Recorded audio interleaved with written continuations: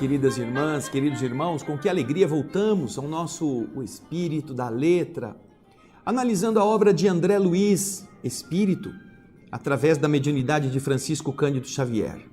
Eu sei que você está interessado na continuação deste livro maravilhoso. Você viu no capítulo 15º quantas informações, quantas lições espirituais na afetividade, na sexualidade, na maneira como as pessoas se relacionam. Como isso é importante, porque tem uma ligação muito grande com o nosso modo de ser normal e as consequências daí decorrentes.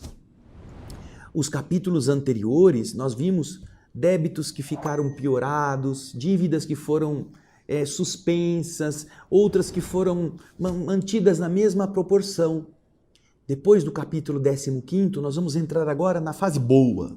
Na fase boa, quer dizer, o indivíduo renasceu e teve comportamentos que permitiram que suas dívidas, seus compromissos passados fossem atenuados. É este o nosso capítulo de hoje, o capítulo 16. Você que está em casa, pegue o seu lápis, pegue um papel, um caderno, vá fazendo as anotações necessárias, inclusive dos sinônimos, porque nós temos trabalhadores voluntários que querem ajudar através da pesquisa prévia, sem mudar o significado do texto, mas colocando ao lado sinônimos que correspondam, para você ficar fácil o entendimento, não é? Assim você não tem que parar e procurar no dicionário. Então, você tendo uma anotação, você vai fazendo um resumo de cada assunto que está em cada capítulo. Isso é muito útil. Então agora, vamos lá ao capítulo 16º, débito atenuado, aliviado. Vamos ver? Pegue o texto aí, vamos acompanhar. André Luiz vai nos contar uma história muito bonita. Diz ele: em nossos estudos da lei de causa e efeito, não nos esqueceremos de Adelino Correia, um irmão da fraternidade pura. Na véspera de belo acontecimento que nos permitiremos narrar, nós o visitamos na companhia de Silas, que o apresentou para nós nas atividades de um templo espírita cristão. Obviamente que o Adelino estava encarnado. E o Silas, quando apresenta o Adelino, não está apresentando como a gente apresenta uma outra pessoa. Isso aqui é meu amigo fulano de tal, muito prazer, eles dão as mãos. Não. O Silas leva André e Hilário a conhecer Adelino. Este é o Adelino, o nosso trabalhador aqui da Casa Espírita, mas é óbvio que o Adelino não estava vendo esses espíritos. Mas André Luiz conta que ele estava numa atividade no templo espírita cristão, na Casa Espírita. E então nós o ouvimos, diz André, em preciosos comentários do Evangelho, sob a influência de iluminados instrutores, dos quais assimilava as correntes mentais com a docilidade confiante de um homem profundamente habituado à oração. Falara com maestria, arrancando-nos lágrimas pela emotividade com que ele tocava, ele tangia as nossas fibras mais íntimas. Vestido simplesmente, denotava a condição de um trabalhador em experiências difíceis. Estava passando por uma fase complicada, mas o estágio de prova a que ele parecia envolver-se era mais amplo. Não era só o problema material. Adelino apresentava na pele uma longa faixa de inflamação, um eczema. Certa porção da cabeça, os ouvidos e muitos pontos do rosto apresentavam placas vermelhas, sobre as quais se formavam pequeninas vesículas de sangue, ao passo que as outras regiões da pele apresentavam-se rachadas, trincadas, evidenciando uma doença, uma afecção cutânea que por longo tempo estava durando, largamente cronificada. Fazia tempo que ele sofria isto. Além disso, acanhado e tristonho, ele indicava tormentos ocultos que lhe dominavam a mente. Porém, trazia nos olhos, maravilhosamente lúcidos, a marca da humildade.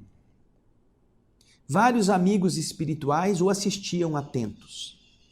Doce velhinha desencarnada aproximou-se de nós e, demonstrando gozar da intimidade do orientador de nossas excursões, o Silas, falou com ele de maneira afetuosa. Querido assistente, eu venho rogar-lhe o socorro em benefício da saúde de nosso Adelino. Eu o noto mais incomodado ultimamente pela dor das feridas não cicatrizadas. E Silas cordialmente respondeu, sim, eu também estou vendo. O caso dele merece, de todos nós, especial carinho. E ela então continua. E isso porque ele pensa nas necessidades dos outros, sem refletir nas suas próprias necessidades. Ele não pensa nele mesmo, disse a velhinha comovida. O assessor de Druso, o Silas, prosseguiu com carinho, dizendo, olha, 2 de nossos médicos estão assistindo com atenção o nosso Adelino, quando ele está fora do corpo físico por influência do sono. E, acariciando a cabeça da senhorinha, disse, esteja tranquila, irmã. Adelino Correia em breve estará plenamente restaurado. Os múltiplos serviços da casa, então, desdobravam-se, eficientes, e Adelino, dentro deles, nos atraía a atenção pela segurança espiritual com que se conduzia. Cercado pelas vibrações radiantes dos seus pensamentos, centralizados no santo objetivo do bem, ele nos parecia um companheiro vestido de luz. Alguns instantes após o afastamento da velhinha, nos apareceu um simpático rapaz, igualmente já desencarnado, que depois de nos saudar, rogou reverente ao nosso orientador. Sabe, seu Silas, eu peço permissão para solicitar-lhe um valioso favor. E Silas lhe disse, pode falar, não tenha medo. E o jovem recém-chegado explicou de olhos úmidos. Sabe, meu caro assistente, sei que o nosso Adelino vem atravessando certa crise financeira. Pelo muito que auxilia os outros, ele se descuida das suas próprias necessidades. Pelo amparo que ele oferece espontaneamente e constantemente à minha pobre mãe encarnada, eu insisto no apoio de sua amizade para que ele seja favorecido. Ainda na semana passada, ouvindo as súplicas de minha genitora viúva, em grande pobreza, que precisa atender ao tratamento de 2 dos meus irmãos doentes, eu o procurei em lágrimas, transmitindo a ele apelos mentais para que nos protegesse. E sem qualquer vacilação, acreditando obedecer aos seus impulsos, ele nos visitou a casa, entregando à minha sofredora mãezinha a importância de que ela necessitava. Ó, meu assistente, eu rogo-lhe, por amor a Jesus, não deixe em dificuldade quem tanto nos ajuda. Silas acolheu o requerimento com risonha benevolência e disse, vamos descansar. Adelino permanece na rede de simpatia fraternal que ele teceu para abrigar a ele próprio. Incumbem-se muitos amigos de supri-lo com recursos indispensáveis ao fiel desempenho da tarefa à qual ele se dedicou. As circunstâncias na luta material vão se harmonizar em favor dele, atendendo aos seus méritos conquistados. Aí André comenta, de verdade, o serviço espontâneo, na afetuosa defesa do amigo que ali enxergávamos, prestativo e confiante, era um tema de amizade e gratidão que nós devíamos estudar. E Hilário, intrigado, disse, poderíamos dizer que todos os tarefeiros em trânsito nesta casa são devedores do irmão que estamos aqui conhecendo. E Silas disse, é verdade, Hilário. Os créditos de Adelino são realmente enormes, não obstante os débitos a que ele ainda está preso. Cultiva, no entanto, a felicidade de tornar substancial a fé e o conhecimento superior que os mensageiros de Jesus lhe confiam em obras de genuíno amor fraternal, que lhe conquistam larga soma de reconhecimento. Logo após, o mentor amigo recomendou-nos aproveitar os minutos em atuação fraternal ali no Instituto Evangélico Espírita em que nos abrigávamos, até que pudéssemos tomar contato mais amplo com o Adelino, cuja existência atual se desdobrava sob os cuidados da Mansão Paz, que nos estava patrocinando os estudos. Ele era um dos protegidos da Mansão Paz, que o Silas também tomava conta, junto com Druso. Em face da simpatia que Adelino despertava igualmente em nós nos acercamos dele, a fim de oferecer-lhe, de algum modo, algo de nossas forças na movimentação dos passes magnéticos, que passara agora ele, Adelino, a administrar em favor de alguns enfermos. Era curioso pensar que nós mesmos, no primeiro encontro casual, nos sentíamos prontos a partilhar-lhe as tarefas, tão somente atraídos por sua irradiante bondade. A abnegação, em toda parte, é sempre uma estrela sublime. Basta mostrar-se para que todos gravitemos em torno da sua luz. Terminado o serviço da noite, Silas e nós, eu, André Luiz e Hilário, nós o acompanhamos de volta ao lar. Na entrada da sua casinha, estava aguardando por ele a mãe, que evidentemente já tinha passado 70 anos. Silas deu-se pressa em apresentá-la, explicando: essa aqui, olha, é a nossa irmã Leontina, carinhosa mãe de Adelino Correia, mãe e amiga que lhe tutela a existência. Reparando na avançada madureza do amigo que nos tomava a atenção, Hilário então perguntou: por quê? Porque o Adelino já era senhor, né? Já tinha idade, já estava maduro. E Hilário naturalmente quer saber, mas Adelino não é casado? É a mãe que está aqui, não tem esposa? E o Silas responde: sim, nosso irmão é casado. Adelino é casado, mas a esposa não está. Provavelmente ela teve que procurar outro caminho. Já pensou estar casada com uma pessoa que tem parte do corpo todinho em chama, em chaga viva? Em eczema na pele, no rosto, nos braços. E a outra parte está toda gritada, cheia de brechas, de trincaduras.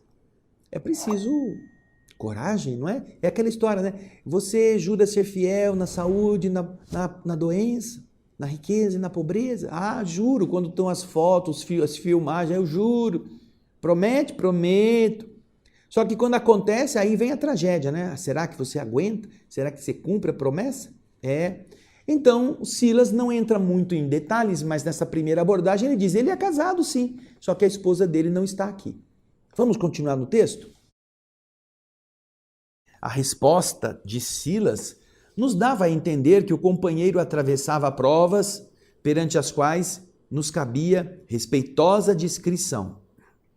E enquanto mãe e filho se entregavam a doce entendimento, Silas nos fez penetrar em aposento próximo. Junto à porta de entrada do quarto, estavam alinhados 3 camas, ocupadas por outras tantas criancinhas. Loura menina de seus 9 a 10 anos, presumíveis, ao lado de 2 garotos de escura tez, de pele escura, recordava a nossos olhares a Branca de Neve entre 2 anões. Todos dormiam tranquilamente. Afagando a boneca viva, Silas informou: esta aqui é Marisa, a filhinha de Correia, de quem a mãezinha se distanciou em definitivo há 6 anos. A esposa tinha ido embora há 6 anos. Depois, designando os 2 meninos de tez negra, acrescentou: e estes pequeninos são Mário e Raul, 2 enjeitados, 2 crianças desprezadas que Adelino abraçou como filhos do coração. Hilário e eu, adivinhando as aflições ocultas que, por certo, enxameavam, povoavam na existência do chefe da casa, ficamos calados de propósito, em uma expectativa reverente. Vamos continuar ouvindo o que é, que desgraça mais tem aqui. Percebendo-nos a nossa atitude, não é? Silas passou a falar com mais profundidade, de forma mais longa, aclarando. Disse ele: para exaltar o santificante esforço de um amigo, a fim de estudarmos juntos um processo de dívida aliviada. É por isso que ele vai contar o que está acontecendo com o Adelino. Não é para fazer fofoca, não é para fazer fuxico, não é para contar os podres, não. Estamos analisando o propósito de um amigo que está se santificando nesse esforço. E é com essa finalidade que nós vamos dizer. Então veja como os espíritos têm pudor para falar da vida dos outros. E o está fazendo por quê? Porque os 2 que estão ali estão estudando o processo de causa e efeito. E ali está um processo de débito aliviado que eles vão ter que contar para nós, os leitores. Por isso que Silas vai contar um pouco da história do Adelino. Não é para fazer comentários assim, jocosos, tá vendo? Olha que desgraça que ele fez. Não, é para mostrar as consequências e como ele está administrando isso a seu próprio benefício. Vamos voltar ao texto, vamos lá. Nós então, para estudarmos aquilo que acontece com o amigo, estamos juntos nesse processo de dívida aliviada. E para isso, eu me permito contar a vocês algo em torno do passado recente deste companheiro que estamos agora visitando. Agora é empenhado no trabalho do seu próprio resgate. E então, como se ele quisesse centralizar os recursos da própria memória, ele ficou quieto por alguns instantes e, por fim, ele continuou dizendo: em meados do século precedente aqui é o século XIX, porque o livro foi escrito no século XX. Então ele está se referindo. No século XIX, mais ou menos na metade, Adelino era filho bastardo. Adelino era um filho que o pai havia concebido fora do casamento. E o pai era um homem muito rico, que recebeu das mães da genitora escrava quando ele nasceu. Quando Adelino naquela vida nasceu, a mãe escrava, que havia sido engravidada pelo dono da fazenda, morreu. E Adelino foi entregue ao próprio pai.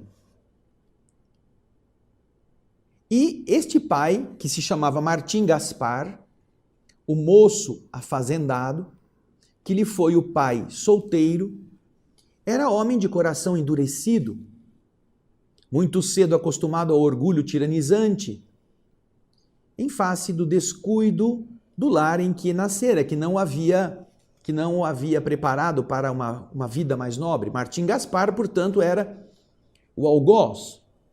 Abusava das donzelas escravas, segundo seus caprichos, e em muitas ocasiões vendeu-as com os próprios filhos recém-nascidos, para que essas crianças chorosas não o atrapalhassem e não viessem todas elas pedir favores em favor dos seus filhos.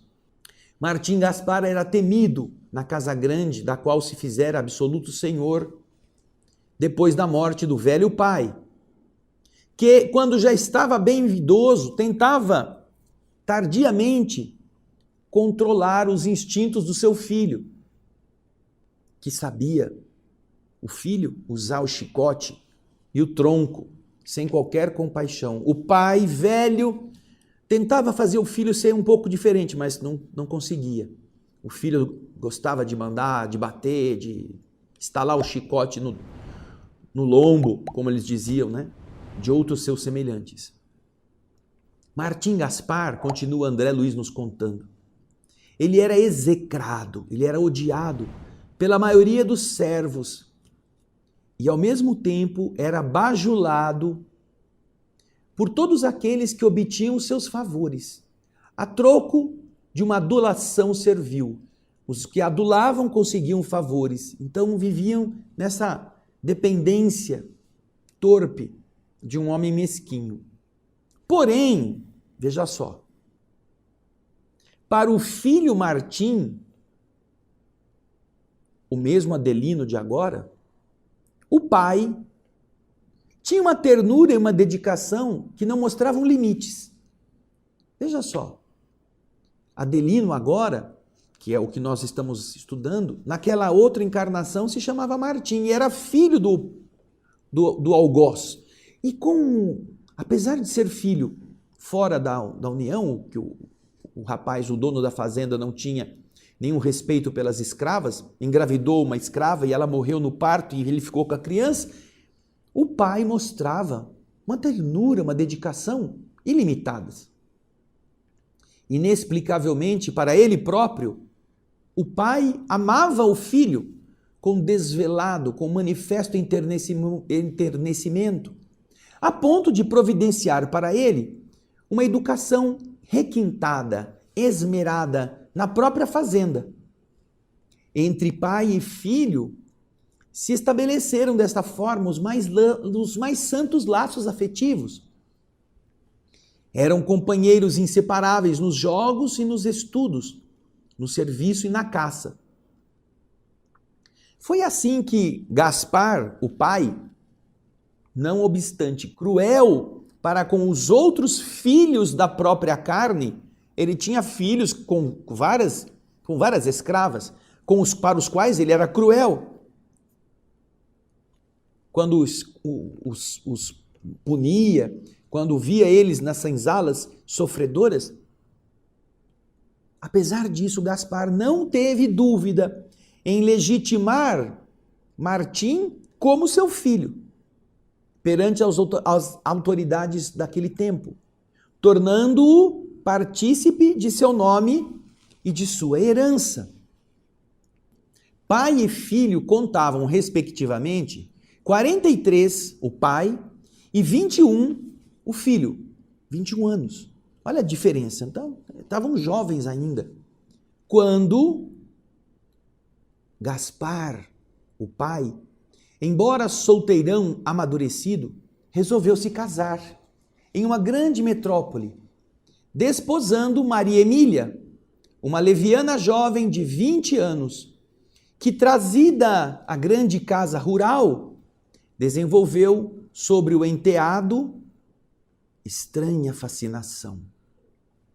Martim, o filho, extremamente amado pelo pai, Gaspar, atraído agora para os encantos femininos da madrasta, Maria Emília, passou a experimentar torturantes conflitos sentimentais. Ele, que se julgava o melhor amigo de Gaspar, o seu pai, começou a detestá-lo. Não lhe tolerava a posse sobre a mulher que ele desejava, sabendo-se por ela ardentemente querido também, porque Maria Emília, alegando essa ou aquela necessidade, sabia isolar o pai em viagens diversas, nas quais testificava, intensificava a afeição juvenil ao filho. Os dois, então, souberam furtar-se, souberam evitar qualquer desconfiança e, totalmente entregues à paixão que os requestava, o jovem Martim, desprevenido, planejou o medonho assassinato do pai, chamado parricídio. Ele queria, então, livrar-se do incômodo de ter o pai como o marido da mulher que ele queria, com quem ele se relacionava já. E aí, nesse parricídio, nesse assassinato do seu pai, ele se envolveu de maneira desventurada. E como é que ele fez? Sabendo que o pai estava acamado em tratamento do fígado doente, chamou para cooperar com ele 2 capatazes de sua inteira confiança. Os capatazes eram Antônio e Lucídio, que igualmente eram carrascos de meninas cativas, de meninas escravas. E certa noite, administrou ao pai uma poção entorpecente com a aprovação de Maria Emília, a madrasta. Tão logo o doente se pôs a dormir, ele, Martim, ajudado pelos 2 cúmplices que odiavam o patrão, espalhou substâncias resinosas sobre o leito paterno, simulando logo após o incêndio, no qual o mísero Gaspar, em horríveis padecimentos, morreu, deixou o corpo físico. Conduzido o pai ao sepulcro e apoderando-se dos seus haveres, ele então finalmente tentou a felicidade ao pé de Maria Emília. Parece a história do Antônio Olímpio, lembra? Parecido. O Antônio Olímpio queria ficar com o dinheiro do pai, matou os 2 irmãos afogados. E o que aconteceu com os irmãos? Lá nos capítulos anteriores. Os irmãos que morreram, mas não morreram, continuavam vivendo. Atacaram agora a esposa. E a esposa se matou no mesmo lago 6 anos depois. Depois aguardaram a desencarnação do Antônio Olímpio e continuaram a persegui-lo. Depois passaram a perseguir Luís, o filho do Antônio Olímpio. Olha agora aqui, ó. Depois de terem se livrado do Gaspar, eles pensaram que iam ser felizes. Porém, veja só o texto. O genitor desencarnado, a inflamar-se em cólera, envolveu o filho em nuvens de fluidos inflamados, contra os quais o infeliz não possuía defesa. Apegando-se ao afeto da companheira, a Maria Emília, Martim procurou anestesiar a consciência e esquecer. Deixou a fazenda, entregue aos cuidados de seus 2 cúmplices, Antônio e Lucídio, os cúmplices do tenebroso delito. E apoiando-se na companhia da mulher, foi para a Europa em busca de repouso e distração. Tudo, porém, em vão. Depois de 5 anos de resistência, ele tombou igualmente vencido sob o jugo, sob o domínio do espírito paternal que o cercava incessantemente, apesar de invisível. A sua pele se abriu em chaga, como se chamas ocultas o queimassem. Agora preso ao leito de dor e constantemente empolgado pelo remorso, Martim recordava mentalmente a morte do pai, em urros de martírio selvagem sendo queimado. Por causa disto, ele não sabia se não chorar, gritando ao acaso, a esmo, o arrependimento de que se via possuído. E nestas circunstâncias, foi interpretado como louco pela própria companheira, pela Maria Emília, que se deu então pressa em reconhecer-lhe a suposta alienação mental, de modo a inocentar-se perante os amigos e servidores. E então, algemado, preso a semelhante suplício, foi assim que Martim recebeu o menosprezo e o abandono dentro do próprio círculo doméstico, vindo a morrer em tremenda flagelação. O pai, que também se chamava Martim, mas era Martim Gaspar, estava aguardando por ele no túmulo, arrastando-o para as sombras infernais, onde passou a exercer pavorosa vingança. O infeliz, o desditoso filho desencarnado, sofreu terríveis humilhações e indescritíveis tormentos durante 11 anos sucessivos, em cárceres de treva, até que, amparado por mensageiros de Jesus, que lhe promoveram o resgate, ingressou em nosso instituto, lá na Mansão Paz, ao que fui informado em uma lamentável situação. Tendo entrado em sintonia com o pai, sequioso de vingança, através das brechas mentais do remorso e do arrependimento tardio, foi ele hipnotizado por gênios perversos que o fizeram se sentir dominado de chamas torturantes. Uma vez então fixada a imaginação dele em semelhante quadro de angústia, o próprio Martim nutria com o pensamento culposo as labaredas em que se torturava sem consumir-se, até que foi convenientemente aliviado e socorrido por nossos instrutores através de recursos magnéticos que lhe sanaram o doloroso desequilíbrio. Aí você vai entender a brecha da culpa, o equívoco, o erro.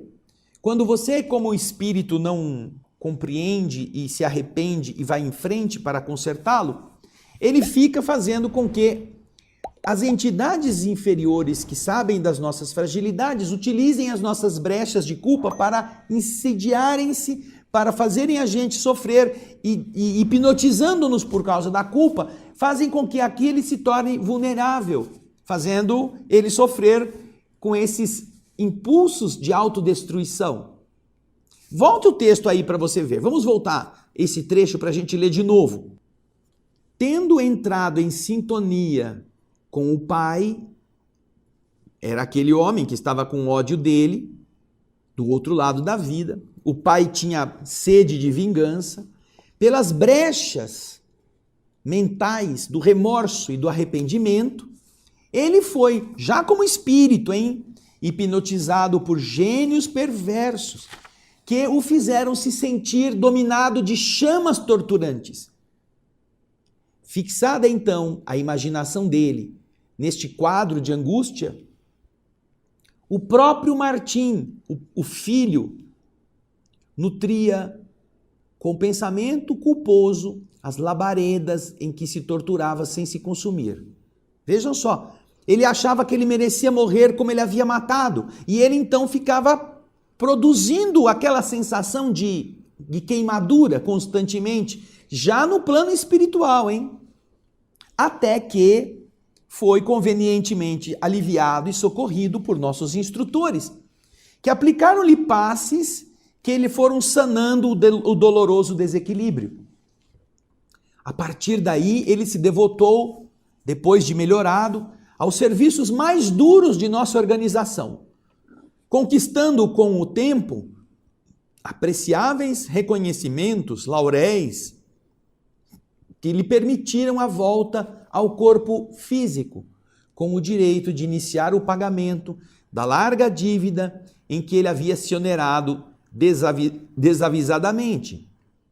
Cultuando a prece com a renovação do mundo íntimo, renasceu com o espírito inclinado à fé religiosa, ardente e operante, encontrando no espiritismo com Jesus, ao influxo, sob a influência dos amigos desencarnados que o estão assistindo, precioso campo de fortalecimento moral e trabalho digno, no qual tem sabido estender, com louvável aproveitamento das horas, o seu raio de ação no estudo edificante e na caridade pura, atraindo em seu favor as mais amplas simpatias por parte de irmãos encarnados e desencarnados que lhe devem generosidade e carinho.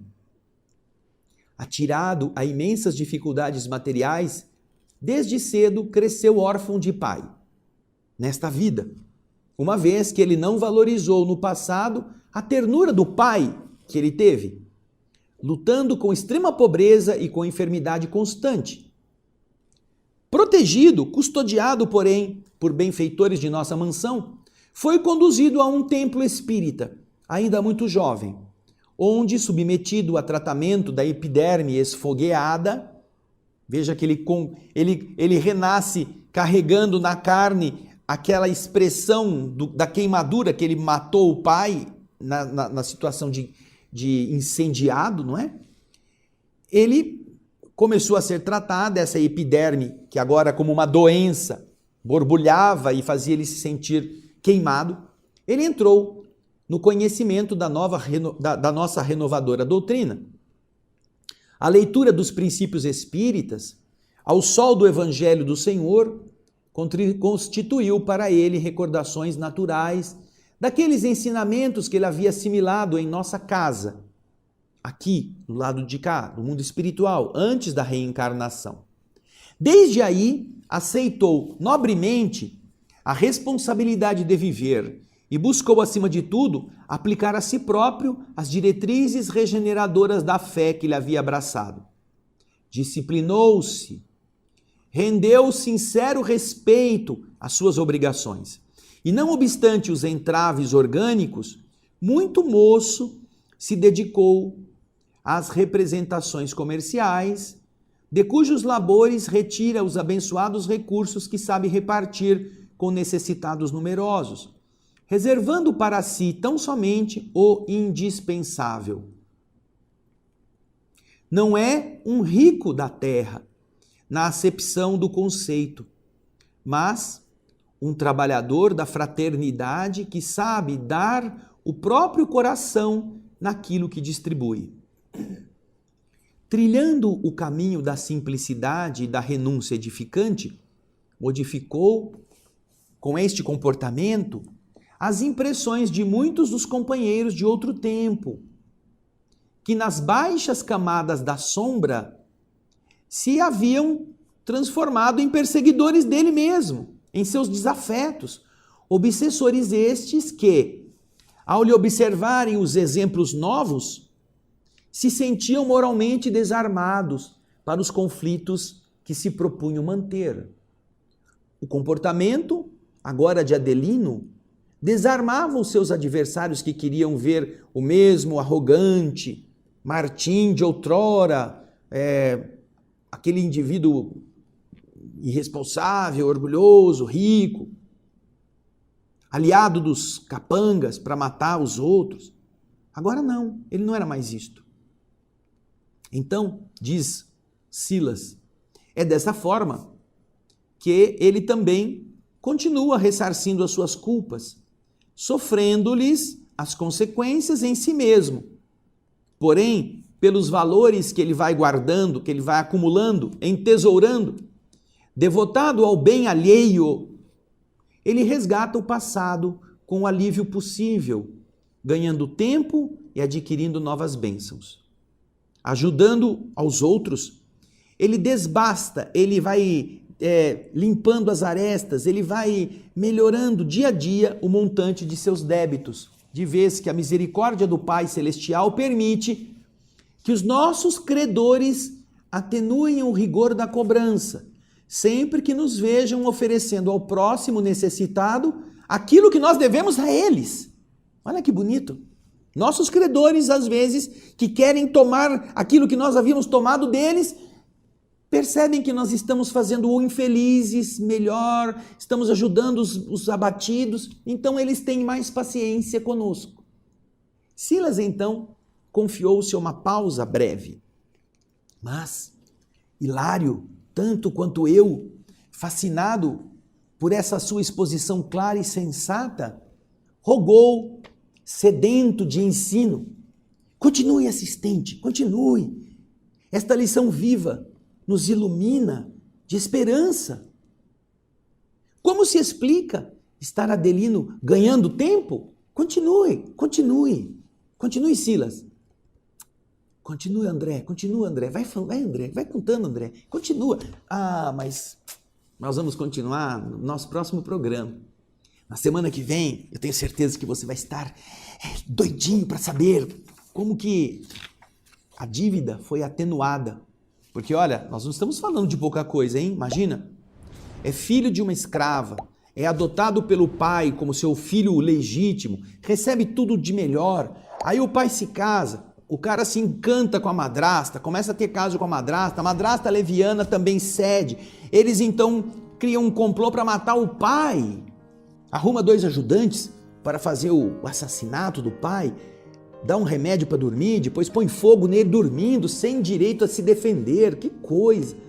Depois, vou esquecer, vou pegar o dinheirão todo, vou para a Europa. E aí, né, passa a consciência a ditar as regras, a culpa. Então você vê como o cara não era flor que se cheirasse. E ainda assim, veja só que coisa linda, está aqui agora enfrentando a si mesmo, diminuindo o seu sofrimento. Carrega a doença na pele, carrega os problemas do abandono, foi um filho enjeitado, é uma criança sem uma família decente, então sem pai, porque ele não teve pai. Quem cuidou dele foi sua mãe. Mas no próximo programa nós vamos continuar e vamos terminar essa linda história. Vai lendo, porém, não fica me esperando não, porque eu tenho certeza que você vai se surpreender com o capítulo 16. A gente quer muito que você acompanhe todos os capítulos anteriores e fique impressionado com a beleza da justiça do universo na ação e reação. Eu espero você no nosso próximo Espírito da Letra. Muito obrigado pela sua audiência, até lá e muita paz.